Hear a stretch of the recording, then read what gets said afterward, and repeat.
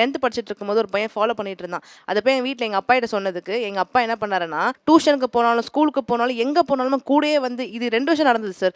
அந்த 2 வருஷத்தில் நான் சின்ன பொண்ணாக இருக்கும் போது என்னோட என்ஜாய்மெண்ட்ஸ்லேருந்து எல்லாமே நான் விட்டுட்டேன் சார். படிக்கணும், டியூஷன் போகணும், வருவீங்க. அதை தாண்டி நீங்கள் என்ன பண்ண போகிறீங்க? இப்போ நீங்கள் வெளியே போகும்போது எங்கள் அப்பா கூடவே வராருன்னு சொன்னால் கூட பரவாயில்ல. நீங்கள் ஒரு டிரைவராக இருக்கீங்க இல்லையா? நைட்டெல்லாம் டிரைவ் பண்ணுவீங்களா? சார் நான் 4-5 ஸ்டேட் போயிருக்கேங்க சார். இந்த மாதிரி சுச்சுவேஷன்லாம் வரும்னு தெரிஞ்சு தான் நான் எப்போவுமே எனக்கு சாப்பிட்றதுக்கு உண்டானதெல்லாம் வச்சுருப்பேங்க சார். உங்களுக்கு உண்மையாகவே எப்படி இருந்தால் நல்லா இருக்கும்னு நினச்சிப்பேன். ரிலாக்ஸாக இறங்கி ஒரு ஆசையாக தான் சார் ஆசை. இருக்கும். நல்லா இருக்குங்க சார். நல்லா இருக்கும். சூப்பராக இருக்குங்க அந்த ஃபீல். ஃப்ரெண்ட்ஸோட போய் பானிபூரி சாப்பிடணும்னு நினைக்கிறாங்க. இப்போ அது பசங்களுக்கு சகஜமாக கிடைக்குதுல்ல? ஆமாங்க சார். அப்போ அந்த பிள்ளை போய் வெளியில் ஃப்ரெண்ட்ஸோட பானிபூரி சாப்பிட்லாமா? சாப்பிட்லாங்க சார். அது வேணுமா வேணாமா? வேணுங்க சார். அப்போ என்ன பண்ணுறது? போட்டுங்க சார், போட்டுங்க. அவ்வளோதான்.